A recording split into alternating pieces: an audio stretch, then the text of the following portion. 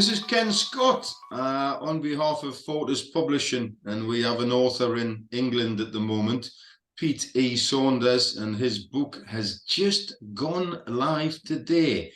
What do you think of that, Pete? Are you chuffed? I'm very chuffed that the book's gone live. I've been working on it with you for a long time. Mm-hmm. The seeds, the idea of the book was planted some years ago, and it's great to get to a point now where people can actually get hold of it and read it if they want to, and hopefully they will. Yeah, and as I say, it's went live today, it launched today. We've had I think a video that went up through the week telling people that what it was all about.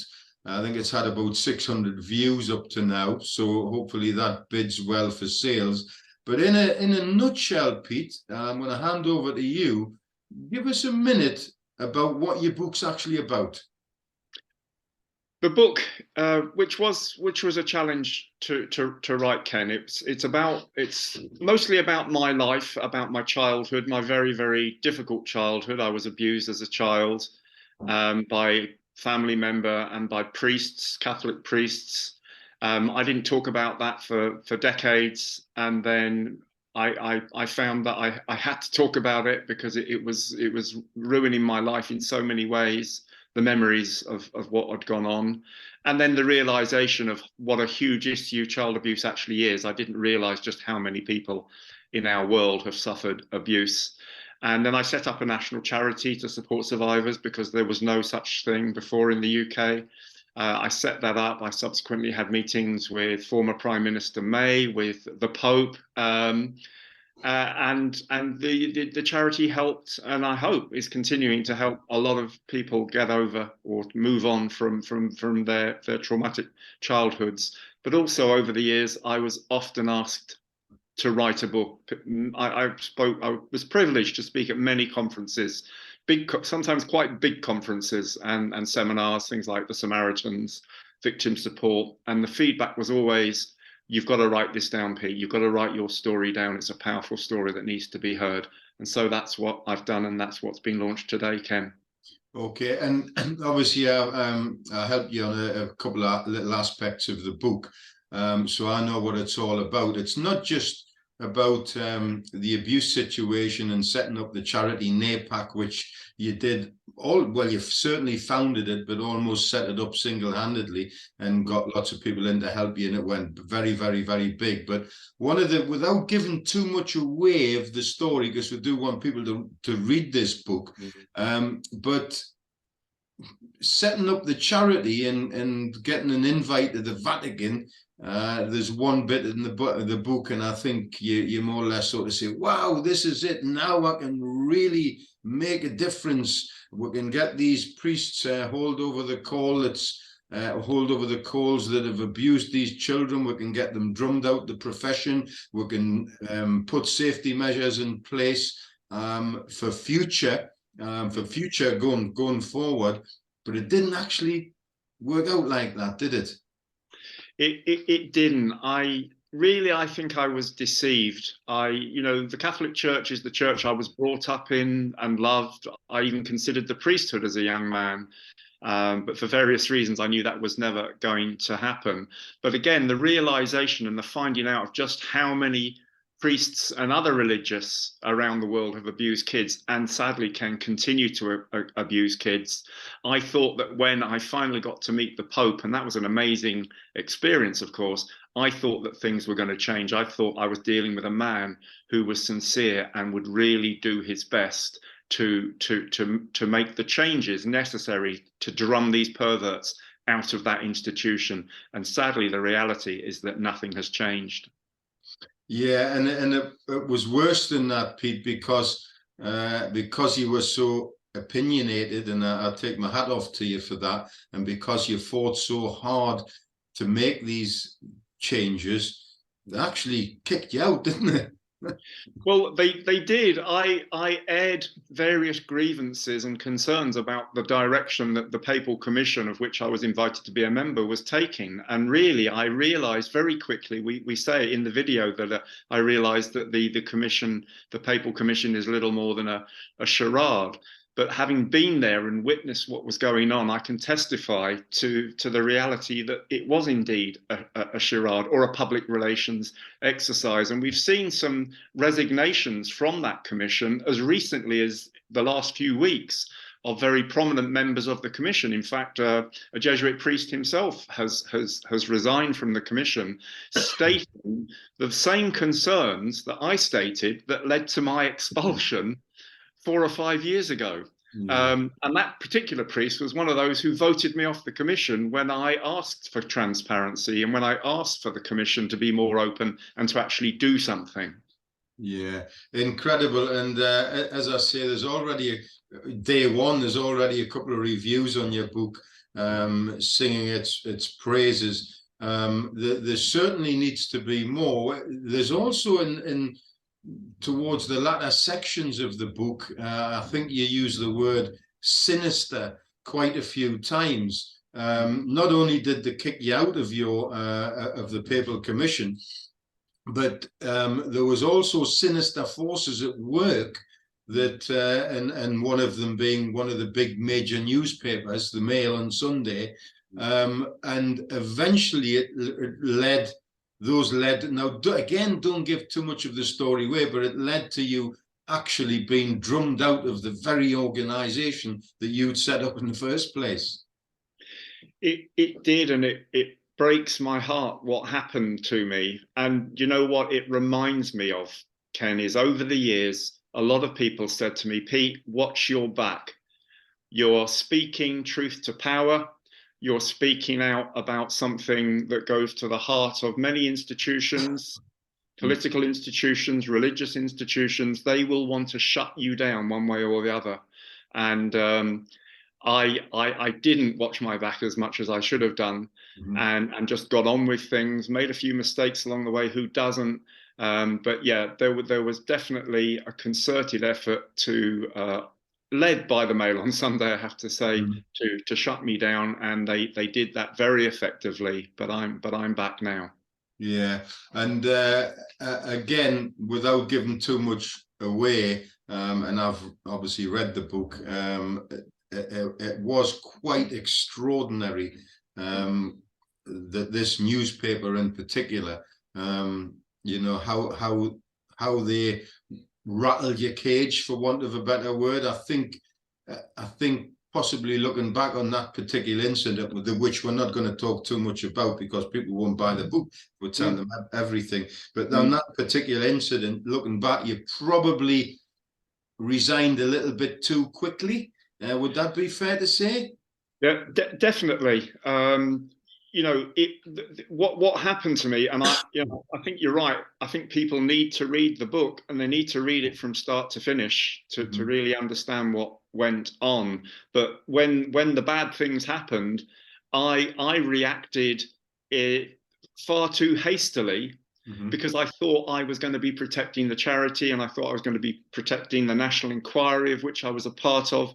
But actually, I should have stood my ground, because fundamentally, I hadn't done anything wrong, and I certainly hadn't done anything that should have led to me being hounded out of my own organization or dismissed or resigned from the independent inquiry. Well, I resigned from it, but I did act too hastily. And I do mention in the book that my mother always accused me of acting too hastily, and I think on that occasion I certainly did, Ken.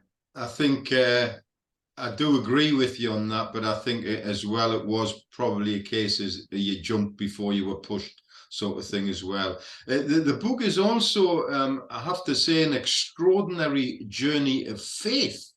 Certainly in those early chapters, when I read what you were very regular visitor to Lourdes, used to take the elderly and the infirm and people with terminal illnesses. You got involved with the church, you did all this. However, as the book progressed, you kind of drifted away from that a little bit, or a lot. It took me some time to really understand what religious organizations are all about, if I'm honest. And I stuck to my faith, if you like, for as long as I possibly could. And I gave every opportunity for the church of my faith, the Catholic Church, to actually demonstrate what church is supposed to be all about, which is loving one another, etc. And I came to realize, even at my advanced age, that it really didn't stand for love. It stood, in a sense, for the opposite of that. And sadly, yeah, or maybe not sadly, I've walked away from that, and I now place my faith in the goodness of man rather than the goodness of men who wear, pointy hats and wear dresses and walk around the Vatican with swords on their hips. Yeah, it's I mean, you and I certainly very, very different upbringings. I think I think all of that generation were Sunday school type of boys. My mum was very she was an elder in her church, the Church of Scotland, and but I think at about 7 years of age, I went, something isn't right here. Obviously, it took you a lot longer to arrive at that conclusion. But yeah, you gave your church, I think, absolutely every opportunity to demonstrate what it is all about, and eventually, I think we arrive at a conclusion. And I did very early on that, unfortunately, it's about control and it's not about love at all. And such a powerful organization that you, I suppose, took on to a certain stage. Any regrets? Would you, at one point, do you think it would have been better if you just crawled away under a stone? What's made you want to tell the story and publish this book, Pete? Well, the overriding reason for publishing the book is I want to set the record straight. I want the truth to be out there, which is why we came up with that title of The Truth. Great title. Of the Truth. I was invited to meet the Pope, and that in itself was a very seductive exercise. It was a very seductive thing to do, to be whisked off to Rome, to be driven into the Vatican in a papal car, to sit and chat with arguably one of the most powerful men on the planet. He has a direct kind of not control, but influence, if you like, over 1 billion Catholics around the world. And what the Pope says goes. And this is what challenges me most of all. And again, people need to read the book for the encounters that I had with him and with some of his cardinals. But they could make the changes. And when I met the Pope, as you mentioned earlier, I thought I was going to be part of history. I thought things were really going to change. And they haven't done. And I was closed down. I was ousted from the commission. And nobody's kind of come back to me. Nobody in that commission, and certainly nobody in the National Inquiry, came back to me and said, we're really sorry what happened, Pete. It made me lose faith in all these kind of institutions, that I wasn't willing to crawl under a rock or to just go away. I think this book is a very important book, and I think people really need to read it to understand why it was written. Yeah, as I say, a very powerful, a real page turner, a jaw dropper. All the old cliches that you actually have when you read a good book was tripping off the tongue. There's another one. Certainly for me, when I read the first hard copy. So, congratulations. I hope it does very well. I hope the message gets out there, and I hope you do set the record straight. And as I say, the only way we can do that is by building on the sales and making sure as many people as we can get to read it. Just finally, before closing this, even the old Dalai Lama was up to it through the week. What was your take on that, Pete? Well, nothing surprises me. Nothing surprises me anymore. People in positions of immense power often abuse fundamentally that power. And when it involves children, for me, the bottom line, and the other reason really I wrote the book, was because my concern, my children, and I'm sure your children, have grown up thankfully safe and sound, but there are still millions of children out there who are very vulnerable, and there are still a lot of abusers out there. And there's so much more we need to do to protect the most vulnerable people in our society. And yet, when you hear of the Dalai Lama inviting a child to suck his tongue or whatever, it's beyond vile, but they, you know, they exist in a different world to us. They are the people who have all the power, whether it's the Dalai Lama, the Pope, the royal family, the people who run the country. They seem to think they can get away with anything, and have done for too many generations. And it's for survivors like me speaking out, and great publishers willing to listen and to publish our stories. I think that is what is vital. Absolutely. To child protection. And given what you've said on people in power and people who run the country, there's a very good, I think, couple of chapters that you push into that book, Pete, relating to the big sex scandal of Margaret Thatcher's government all those years ago, Edward Heath, Cyril Smith, and then you lead on to the Jimmy Savile. There's so much in this book, Pete, there really is. And as I say, just in closing the interview down, I wish you all the best, and hope it does very, very well. Is there anything you would like to add to your potential readers who are listening to this video? Other than get hold of the book, take a deep breath and get stuck into the book, because I think you'll find that it's worth it's worth its face value, no doubt about that. Fantastic. And it might change some people's opinions. Published by Fortis Publishing. Peter E. Saunders, The Truth, the Whole Truth, and Nothing But the Truth, so help me. And then we'll have a little few dots to say, well, we're going to put God in there, wasn't we? But we thought, no, just let people make their mind up. Indeed. Indeed. Pete, it's been great talking to you. And as I say, you know, let's keep in touch. I'm sure we will. We became great friends during the rewrites of the book, which was good fun. And you're a cyclist, and I'm a cyclist, and you've got the jersey up there behind you there, the Sky jersey. Oh, you had a little bit of a shoulder problem. Are you back on your bike now? I'm back on my bike. Yeah, I've got a few miles in last week, and I keep looking at that jersey behind me, signed by Bradley Wiggins, Tour de France winner. Absolutely. That inspires me. And if it wasn't for the weather today, Ken, I'd be out there now. But it's a bit drizzly here in London. Great stuff. Well, seeing it's such a nasty day, what I suggest you do is you jump on your social media, Pete, and you do a little bit of publicity and marketing. Great talking to you, Pete. And you. Take care.